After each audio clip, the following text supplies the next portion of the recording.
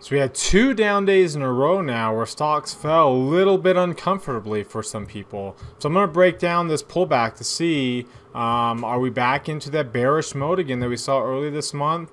Or is this a prelude and a little bit of a better launching pad to what could be a good couple of months according to the seasonal trends? So I'm going to break down the technical patterns that are developing across the different charts as usual, as well as take advantage of something that was in the news today to add a little bit of bearishness to our portfolio, to our active portfolio, without being too aggressive. So let's go ahead and get started.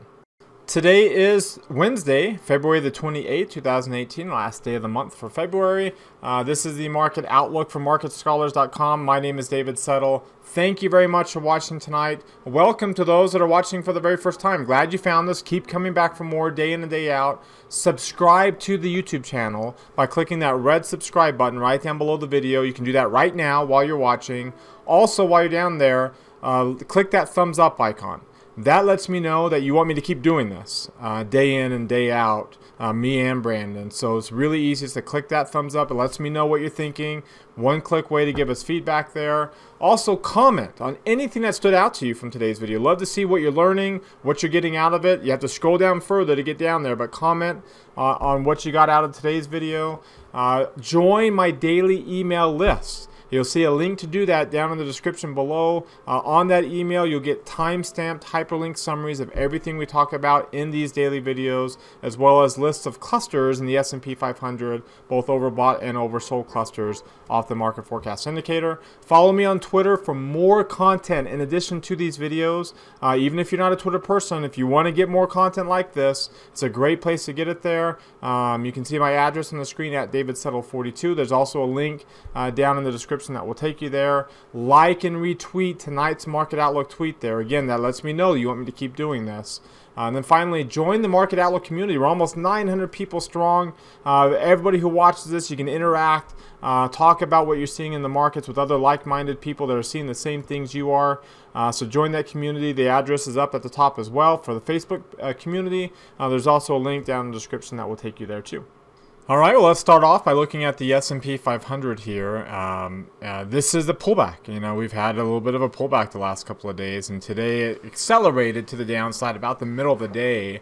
Obviously, we started the day lower, made a rally up to today's high, and then accelerated in the afternoon to the downside. But keep in mind, again, this 2-day little pullback, you know, if you were to include, because this really wasn't much of a pullback here, if you were to include this whole move off of the low point, we're still off that 38% Fibonacci retracement line, which you can see is conveniently at the peak here that we looked at previously for this bullish near-term divergence that we crossed through right there. And you notice it's also about where that level is too, the low of that long lower shadow here. So there's going to be some support right in this little area where my cursor is. So this is again, I mentioned this before. You've heard me say this ad nauseum. But remember, normal moves have good impulse moves and good return moves. Good impulse moves, good return moves. If the impulse moves get too big and the return moves get too small, then you run out of air, right? The market runs out of air, and we have bigger pullbacks that, you know, on the surface look like they're humongous. But in reality, they're just pulling back. In this case, pulling back a lot of fluff that we had here, months worth of fluff. You know, tax reform related news that, you know, we never did get the exhale here. It was way too small. So again, a lot of little exhales with some bigger than expected and bigger than should have been inhales, and we ran out of air. And then we did the same thing again on a short-term basis. This was on an intermediate basis here with the green line. This was on a short-term basis with the near-term line. Now we did get a little bit of a pullback here with some long upper shadows that we crossed up above. But you remember how we talked about, you know, not a lot of volume. You know, we weren't too convinced on that bounce. And of course, we've reversed that bounce in the last 2 days. We'll take a look at the intraday chart here in a minute and see how big of a deal that is. Momentum line is extremely low again, 2 days in a row. the momentum line is extremely low because we close at the lows both days, and that's why we're so far down there with relatively large ranges, almost 50 points today, 45 points yesterday, coming off of a 27-point range and a 34-point range. So bigger ranges, closing at the lows, brings the momentum line down. So again, that's a sign that this intermediate trend can change. We had that here too because we closed at that low point before bouncing. So it's not, an end-all be-all sign. If you notice this momentum low point, it's kind of hard to tag the momentum lows with these ovals, just because, in fact, I have to kind of do this, don't I? I need to create this one here. And then this is a new intermediate low point. And this one I need to, oops. Let's get rid of that one, and let's change the color. Let's duplicate. Now this one would be a blue one. And so you notice I'm putting these ovals where the near-term lows are. Every time the near-term line comes back down below 50 and bounces back above it. So it has to get below 50. It can't be just a little low point like these here. See, there's no ovals here. It's got to get below 50, which is the chart's midpoint, then get back above it, and that's when it forms a low point. Anytime it's below 50, then the oval's blue because it's not formed yet. Once you cross back above 50, then you change it to green. And of course, the orange oval. In fact, you probably need to move this a little bit here, and probably can move this up too. To right in that area. There's your near-term low point. You notice, again, we kind of had another one right here. That was your bullish divergence, right? Because that peak got right, well, barely. I guess you can almost got above 50. Almost looks like it there. Got to 49.65. So there's one near-term pullback. And you notice we're in the process of forming another near-term pullback, which happens to still be above the last one, despite this pull. In fact, it's almost like, CNBC, as crazy as they get sometimes, in terms of like, is this how we're selling, and it's accelerating and hundreds of points off in the Dow. I mean, it's almost like we get these Fibonacci retracements, and it seems like it's the end of the world. In reality, because this is what the market expects. So this is what the retail market, investing market expects. And that's not normal. Now, that was great, and it pushed us up to some pretty decent highs in a lot of your trend trades, but we know that that's not normal. We talked about that. Again, the analogy we use is kind of walking a tightrope, potentially over the Niagara Falls, right? Depending upon which analogy you use there. And especially with valuations as high as they are, which means there's a lot of headwinds, any little poke, there's a lot to fall, and that's what happened here. That's not what's happening here. So you notice we are not extremely up above the moving averages, and with divergences forming, like you see on the near-term line with these higher highs. We don't see anything like that happening. We are trading around the moving average, up and down. We're getting arrows, which is kind of typical. And you'll see we're also trading around long-term moving averages too. The near-term lines pull back, not to the oversold level. The intermediate line still rising. Market sentiment's falling, but still relatively high levels, similar to what we had back here, and just a smidgen, if that, below what we had right here, and still consider higher and a much higher intermediate high point here than what we have. And we're still well off of that low point. And we talked about how we can trade within this range and still hold that low point for support because of that long lower shadow there. Let's take a look at the Dow Jones Industrial Average. So the S&P was down 1.11%. You can see the Dow Jones down 1.5%. Same thing. Intermediate posture still rising above 50. Near-term line not forming a bearish low point quite yet. Still a higher low point. Still potential for a bottom between 20 and 50 with falling market sentiment, which means path of least resistance to the downside. You see the NASDAQ Composite, which is the most bullish, continues to be the most bullish, half the losses. Again, same thing. Oversold momentum line, intermediate line closer to being in the upper reversal zone. Still a higher near-term low point than the last one. Market sentiment line still falling, but still relatively high. And then finally the Russell 2000, which is the most bearish out of all the indexes here, by a smidgen over the Dow. It broke below those low points. Its near-term line is oversold, and its intermediate line is already falling.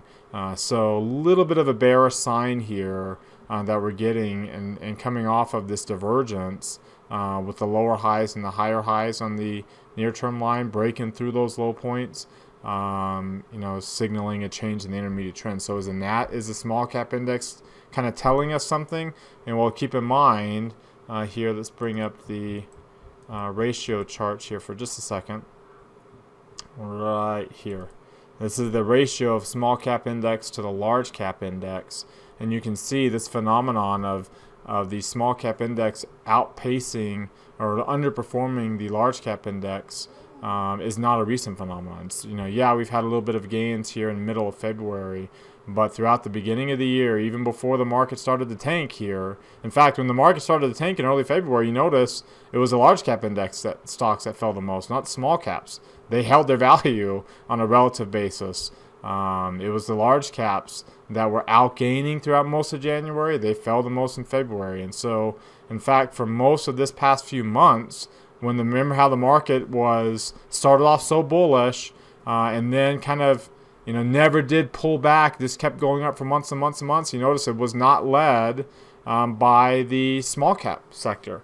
It was led by large caps during that whole time. And, you know, again, another sign of fluff there, but also why I'm not too concerned with this, you know, pullback that we're getting right now, led lower by small caps, because we're already so low. I mean, if I were to pull this back a little bit for some perspective on this ratio, just to kind of see where we're at, you can see, you know, we've been here before, and the last time we hit this ratio on IWM versus SPY on August the 8th, 2017, you can see that the small caps took off, and it took off again at these relative levels as well in November 2016 with the election. So, you know, so we'll see. We'll see if we can break through these levels or not. And even then, we were below that in 2016, where we had a sharp drop from around these levels down at the beginning of 2016.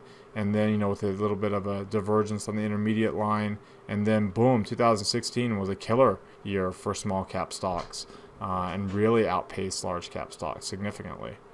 Now you'll notice here again we're testing that 50-day moving average. We still got 2 days left, so that arrow is not entrenched there. We can get back up above it. But again, when the gap is large between the 50 and 200-day moving averages and it starts to close, it doesn't do so immediately, but you'll notice you'll start to get a lot of arrows as that gap starts to close a little bit. And that's what we're getting right now. So we're gonna, you know, again, that means a lot of volatility around the 50-day moving average, and you'll see here in the next chart around the 30-day moving average or the 66-week moving average as well. But still well above the 200-day moving average, which is where you know, getting below that would, you know, start testing that low point where there's going to be some pretty strong support there. So again, there's going to be volatility. There's always volatility when you're coming off such high MACD levels. I mean, this is the highest one, not just on an absolute basis, but on a relative basis that we've seen in a long time for the S&P 500 when you compare the MACD value to the price. So, you know, keep that in mind that, you know, we're in volatility mode, but we're not in necessarily bear market mode. And I'm not talking about bear market defined by a 20% drop. I'm talking about bear market defined by we trade for multiple months to the downside. In this case, 6 months to the downside. That wasn't a 20% drop, but we were in a bearish trend there. We had, you know, multiple months there where the 50-day moving average was below the 200-day moving average. Finally, we take a look at the, whoops, that's not the chart we wanted to see, the 3 green arrows. There we go, that's the one that we wanted. And of course, we got 1 red arrow because we're back below the moving average on the index. You notice we're also back below the 8-day moving average and the 17-day moving average. That can happen when you're, you know, trying to change the the trend here, you know, getting the 8 back above the 17, which you notice it still is. The 8's still above the 17, just barely. The MACD is still above its moving average. The stochastics is still above its moving average. So we're still not to the point where we're forming lower lows or breaking below those averages. One caveat to that is the small cap index, which has been underperforming as we saw for so long. You notice that its MACD is below 0, which means the 8-day is below the 17. Remember, it did break below that low point. It still, still hasn't broken below that low. Remember that old high point, the high of that divergence, right? So we're still kind of in that area, and we'll see if that ends up holding tomorrow. Again, especially considering how extreme the range was today. But look at its MACD and stochastic still easily above their moving averages as they make a run back up above 0 and back up in the upper half of their respective charts. All right, when you look at the intraday action, you can again see most of this selling occurred. In fact, we had about a 4-point drop on the SPY in the last, hour or so of trading, hour and a half or so of trading once we broke below 275.5. Held some support there a little bit at 274, busted through that, and then just carried all the way down. But you notice, again, most of the day the volume was really light until the end of the day. It was kind of like, again, 90 minutes of selling, 90 minutes and the whole month, right? Because that's the month of February. This was it. This was the last day of the month. And it obviously ended up being a down period of the month, and was working its way back up. But after that beginning of the month, it's kind of hard to make all that back up, and before the month ends, that would have been one. Still ends up being on the monthly chart, a pretty long lower shadow. I mean, we don't typically get long lower shadows on the monthly charts, and when they do, they don't necessarily automatically mean we go up. You see, we had a couple of months here. This was August, September. This was January, February, which tend to be not so bullish. But look at the March right there, coming off of that. And in fact, you can see when Februaries are good, March isn't so much, but Marches tend to be pretty decent. In fact, that's something I tweeted out here earlier today, was the idea of March is one of the strongest months. In fact, March and April, that combination is the strongest 2-month period. That's what I retweeted out from there. And then March being, when March is positive, having the highest average return outside of October, which is the best month of the whole calendar year from a seasonality basis. All right, so yeah, long lower shadow here. We can trade within that long lower shadow, but we don't get those very much. And they tend to be pretty bullish. In fact, here is one coming off of all-time highs back in August of 2015, Brexit, right? And we came right off of that back up to all-time highs. And in January, again, pretty much coming off all-time highs. By March of 2016, we're right back up there again. There's nothing wrong with a little bit long lower shadows. In this case, pretty decent volume too. But we had, again, pretty decent volume on these other days, close to 1.5 times the average for the 20-month period. Because again, these are monthly candles.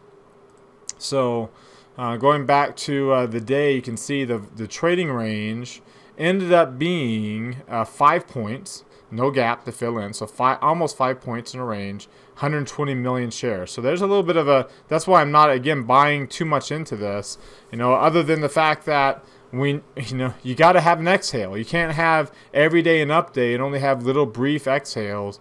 We should have learned our lesson on the bigger scale here to get a better pullback on a much smaller scale, but that's what we're getting right now. We just rallied so much off that low point. We're getting an exhale, the return move. The volume, you can see, was below the average, well below the average. Wasn't even up to 150, and the today's trading range well above. So we had an extreme move on the trading range, higher than this average peak, but not an extreme move on the volume. So if that would have been that combination like we saw on these selling days, okay, now we've got something. In fact, you can see going back here, where were we? Right here. Again, going back to some of these days, we are starting to get some extremes. We were over 1.5 times the average volume on that day, with a pretty decent range of about almost 5 points on that day. where the ATR was much lower than we're at right now on February the 2nd. February the 2nd, you can see the trading range was, with that day baked in 2.5 points. We were well up above that. Extreme. The volume, the average volume that day was 100 million. We were well above that. So again, extremes on a day like that, that was a day, you get extremes, we continue lower. Not getting the extremes on the volume to supplement, and even not really getting the extremes well above the highs here either. So that's why I'm not too worried. I mean, yeah, you're breaking through a little bit of an uptrend, but you still got those lows, unlike on the S&P, the small cap index, that we haven't broken through quite yet. So finally, let's take a look at the volatility index. You can see, yeah, it rallied, but you notice it didn't finish above 20. I mean, we got above 20 briefly at the end of the day. I got us to 2040, but we didn't get above 20. So, again, in fact, if it were to, let's duplicate that now since we're in the process of forming a high point, and change that one to red. If we were to end up holding here, then now we've got our bounce off of a much more solid near-term low than what we had last week when we were coming up off of a hardly any kind of a pullback at all. That's on a relative basis. On an absolute basis, you can see we've had 2 days now where the VIX on an intraday basis dropped down through the neutral zone into bullish territory. Before finishing up higher, but you can see there's been some periods where that the volatility, even though itself is rising, is still kind of getting to a lower point compared to that back month. That's actually more bullish than it is bearish. So again, because we didn't finish at extremes to the upside, and we're still kind of in that sweet spot in the bearish zone. This is kind of normal for a pullback, especially coming off such extreme lows.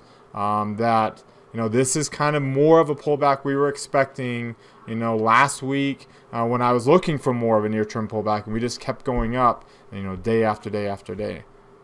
And the longer you expect something like that and you don't get it, and we keep going up, again, it's like inhale, exhale, you just run out of air, and the pullbacks seem bigger, but in reality they're just not even 38% Fibonacci retracement of the bullish move off of that extreme low point that we had earlier this month. All right, now let's talk about what's driving this price action today. And again, before I get too far into this, just a reminder for those of you that follow me on Twitter, again, to make sure that Twitter keeps pushing you all the stuff that I put out there throughout the day, that you like and retweet the tweets specifically. And what's easiest is to do tonight's market outlook tweet, because again, that also shows me that you want me to keep doing them, because we're not, this is something we do every day, for pretty much for your benefit. It helps us get our exposure and get us out there, but I want to, we love doing these videos. I've been doing them for years, and that's why we keep doing them now as we continue to build our company here. And the way that we know that you like them and you want us to keep doing it is like and retweet, or at least as you can see. And again, we're getting over 100. Our goal, my goal at least, is to get above 150, because that's we're close. We got that's our record is 143 likes on an individual tweet. So like and retweet. And the benefit that I get out of it too is Twitter will start promoting these to all my followers to make sure that they're seeing it too, because it's got so many likes and retweets, and also to other people that like this kind of stuff that are tagged and has the keywords that are used in these tweets. So I get a lot of benefit out of it. You get a lot of benefit out of it. All right. So from an economic calendar, you can see today a lot came out, and a lot of us talked about the fact that this economic surprise index is pulling back, and it is pulling back sharply. It's almost half. In fact, pretty much is half of what it was at the beginning of the year. But keep in mind that it's still at a high, even with this 50% drop, it's still at a much higher level than it's been since we ran out of QE, right? Because remember, the QE ended right here in 2014. All these peaks were fueled by quantitative easing. This is right now at current levels is as high as it's been during all these other peaks after pulling back 50%. So, you know, it's the same thing goes for a lot of the things on the calendar. The Chicago PMI pulled back to 62. The estimates were for 65. To kind of be up where we were. Yeah, we dropped down, but you notice it's still a high mark for all this other time. So it's still pretty bullish sentiment, just not as bullish as it's been the last few months. If I were to take a look at the pending home sales index, dropped down here. And a lot of these numbers are dropping down, down to 104.6, down from where it was. But keep in mind, still very high. The housing market, while it has pulled back this month in new home sales, estimate home sales, the pending home sales, you can see we're coming off of a few months where we had really high positive numbers. So that, you know, and you notice we get strong peaks, we get sharp moves to the downside. That's how this particular index works. And yes, there's affordability concerns, and you know, and I've told you before on an anecdotal basis, I'm within those concerns, right? I'd love to sell my house right now and get the value out of this really, really high price, but I don't want to buy anybody else's house at their high price or build right now and buy property and costs, building costs that are really, really high too. So it's kind of a catch-22 right now. From a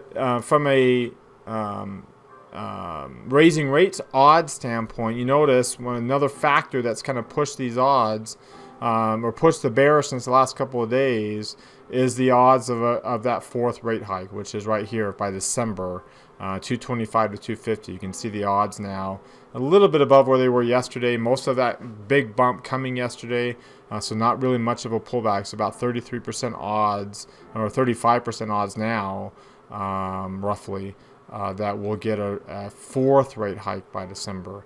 But again, just a reminder from what I tweeted out yesterday, a week ago, those were right about 27% odds. So it's not like we went from 0 odds of a fourth rate hike to 100. And it's not like the economic index here, you know, we just had the last quarter revised a little bit lower to 2.5% from 2.6. Not as big an issue there, and yes, the estimates have dropped from 5%, which these estimates when we first start are always outlandish. For whatever reason, the Atlanta Fed GDP now always starts off way, way high and pulls back the rest of the time. But then, you know, once it forms a low point, it can bounce off of these lows going forward. We've seen that even last quarter. So even now with that big pullback, we're still above 2.5% odds, and that's still a pretty decent return for economic growth than what we've seen previously. So, you know, it's not like we're all of a sudden now in fact, I heard the word deflation and recession on TV. A 2-day pullback does not increase our odds of deflation coming or of a recession, right? That is a pullback that it's a little bit deeper than what it would have been here, because we never got it here. It was a small exhale, and we pushed up higher again, and now we have a little bit of a bigger exhale. And that's good that we didn't keep going up and up and up, because the exhale eventually would have been that much worse. And when it gets that much worse, it piles on itself. So this is probably a good thing that we're getting that now instead of, you know, a week or two from now, when maybe when we run out of gas or air, things could have been worse in terms of bearish sentiment and momentum. When you look at what's driving it from an asset class standpoint, you notice the bulk of it is coming from energy. If I were to say, okay, here's the peak in stocks right here, and you can see up to that peak, it was largely driven by a run up higher in crude oil, 10% from that period. But off of this low point here, all the way up to the peak there, you can see crude oil's up 9%, matching the market, coming up off of lows. Emerging markets up 11% with the dollar being down. Yields were up a little bit. You can see long-term bonds weren't down a whole lot during that period. Yields were up a little bit there. And of course, you know, there's gold doing pretty well. And of course, you also have high-yield bonds. Even though treasuries were down, high-yield bonds weren't down. And you can see all the in large caps outpacing small caps during that run. Since then, right, since that point, the biggest pullback down has been crude oil. So crude oil kind of leading the way lower, small caps continuing to underperform. You don't expect that to, you know, that's an oscillating relationship there. And of course, you can see treasuries are up here over the, it was down yesterday. We had the testimony that we'll get again tomorrow from the Fed chair. You can see they were down yesterday, and that led to some. You notice not down today. Gold down. The dollar stayed up. But yields didn't go up along with it like it did yesterday. So a little bit of a different mode here. You can see corporate bonds not falling nearly as much as stock. So another sign that a lot of this is just, especially here late, a lot of that is just it's technical. It's momentum that builds on itself on an intraday basis, maybe potentially the last day of the month on a bearish month. Whatever the case is, you notice that corporate bonds, which usually act like large cap stocks essentially, didn't match that didn't even come close to matching that kind of loss. So another one of those signs that don't read a whole lot into this selling, that it's more just because we haven't got it previously when we probably should have. The interesting pattern here too on this chart, on the sector rotation chart, again going off the low to the high point, you can see of course technology 13.5% move higher, where the broad market up 9.5% off that low point. Again, if a correction to 10% drop to the downside, what's a 10% move off the low point? What is that called, right? Not a lot of press in that, but that's what we've gotten here, led largely by large cap stocks. In fact, one of the only gainers that outpaced the broad market. The industrials a little bit. You can see consumer discretionary almost pulled back right into that open there. And of course, there's all your safe haven areas. Your interest rate utilities, 5.5%, 4.5%. Real estate, 4.5%. Consumer staples, 3.5%. So really lagging behind, but still up. And then of course, healthcare lagging behind a little bit here.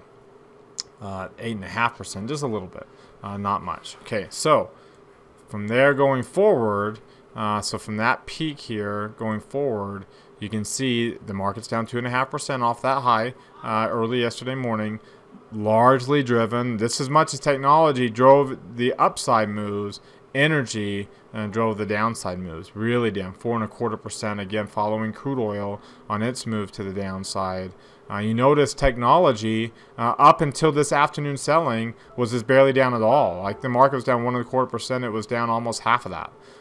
So technology holding its value, continuing to be that outperformer. Discretionaries there.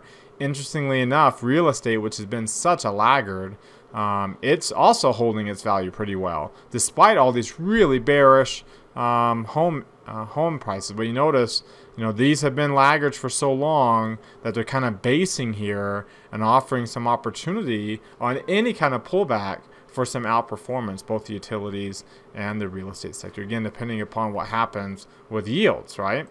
A lot of chatter about the 10-year yield being pushing up, but you notice, it's kind of having a hard time getting going towards 3% and showing some weakness well off of these moving averages. And if I were to look at on the 3 green arrow chart here, let's pull it up here on the 3 green arrow chart, you notice how that MACD and stochastics are falling. So the yield got some opportunity to fall, and remember, it's because it's so high that's put some pressure here earlier this month on stocks, getting close to 3% at 2.95%, now falling. So that will relieve some of that pressure if it were to pull back. But again, I don't necessarily expect a sharp pullback, more of a kind of a grind, like as we've seen before when we've got close to these levels. All right, and of course, crude oil is the other thing in the news. There's this chatter about how crude oil, its pullback, could be affecting things, and it looks just like the stock market, unable yet to break through that low point that we had last week or the week before there, but a little bit of a pullback down to that moving average that we had crossed up above. So we'll see if we continue to follow that trend lower. If we are, we got to break through this 61 level. You got to get below 61, otherwise you'd expect that kind of intraday support to hold, and we bounce off of that along with where these large cap stock indexes are at. All right, so to summarize, yeah, we're in the midst of a pullback, a little bit of a bigger near-term pullback, but again, if the moves that preceded are bigger than they should be, then the pullbacks eventually will be bigger than they should be too, or they will seem bigger than they should be. And we get a little bit uncomfortable where in reality, it's nothing more than just regular Fibonacci retracement in this case, with a lot of support at these lows from this month, which are still way far away from where we're at to hold us down. Remember, we're actually still trading within the upper half of the 4-week range, and that's going to get even more entrenched in the upper half unless we continue to fall tomorrow and the day after. It's going to get even more entrenched in the upper half as the high will start pulling back down. So, we don't get too worried about, being too bearish until we're trading in the lower half of that 4-week range. It doesn't mean that we can't have some bearishness in our portfolio. We don't be too aggressively bearish because the posture is bullish, and that's where today's trade idea comes in. So as always, that's what we're here for, to help break down these moves, to give you some sense of perspective, remind you of what the broader trends are, but still give you opportunities to take advantage of what the market is doing day in and day out to add to your active trading. So that's what we're here for. Thanks for watching as always. Have a great evening, everybody. Remember to like, subscribe, and comment down below on the YouTube channel here. Also remember, follow me on Twitter, like today's Market Outlook tweet, always pinned to the top of my timeline, then see what else you have there from my timeline. Like anything else you like. Liking tells me you want me to keep doing it. And then also join the Market Outlook community on Facebook. Have a great evening. We'll see you tomorrow.